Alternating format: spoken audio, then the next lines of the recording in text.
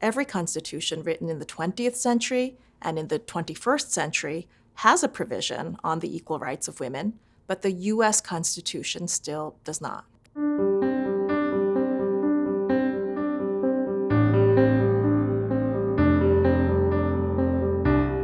So how can we, the people, change the Constitution to modernize it for the world we now inhabit? Women have actually tried for the past century to amend the Constitution to guarantee equal rights to all, unabridged on the basis of sex.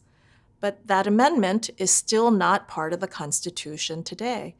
Its failure really lays bare a fundamental fact about the American Constitution, that the Founding Fathers made it incredibly difficult, nearly impossible by comparison to most modern constitutions around the world, to amend. The process of amending the Constitution under Article 5 of the Constitution begins with the proposal of an amendment by the agreement of 2/3 of both houses of Congress, and then ratification by 3/4 of the state legislatures. In 2021, it's so hard to imagine 2/3 of Congress agreeing to anything, and even harder to imagine 38 state legislatures agreeing as well. Of course, the U.S. Constitution and its meaning have changed over the past 2.5 centuries.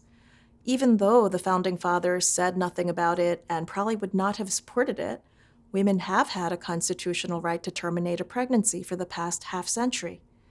But this constitutional change came about, like most constitutional change in the United States, through decisions of courts and judges, not by we the people. It's not we the people who have changed the Constitution through a democratic process of constitutional amendment. Many people are very surprised to learn that the United States is one of the very few constitutions around the world that lack a guarantee of sex equality. Sex equality has become a foundational principle, like free speech and the right to vote, which are thought to belong in every modern democratic constitution. Every constitution written in the 20th century and in the 21st century has a provision on the equal rights of women, but the U.S. Constitution still does not.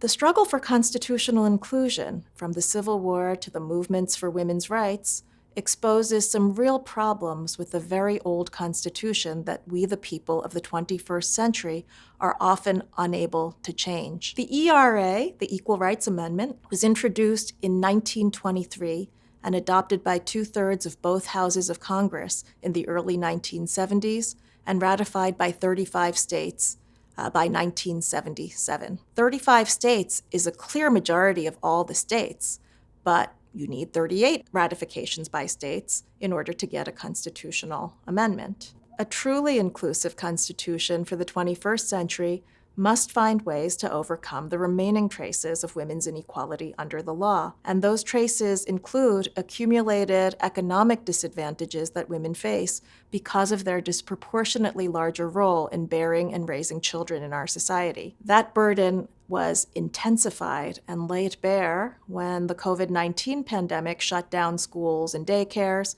and working mothers had to leave the workforce in significant numbers to care for their children at home. So the solution is public policy. We need a childcare infrastructure, paid parental leave, support for reproductive health care.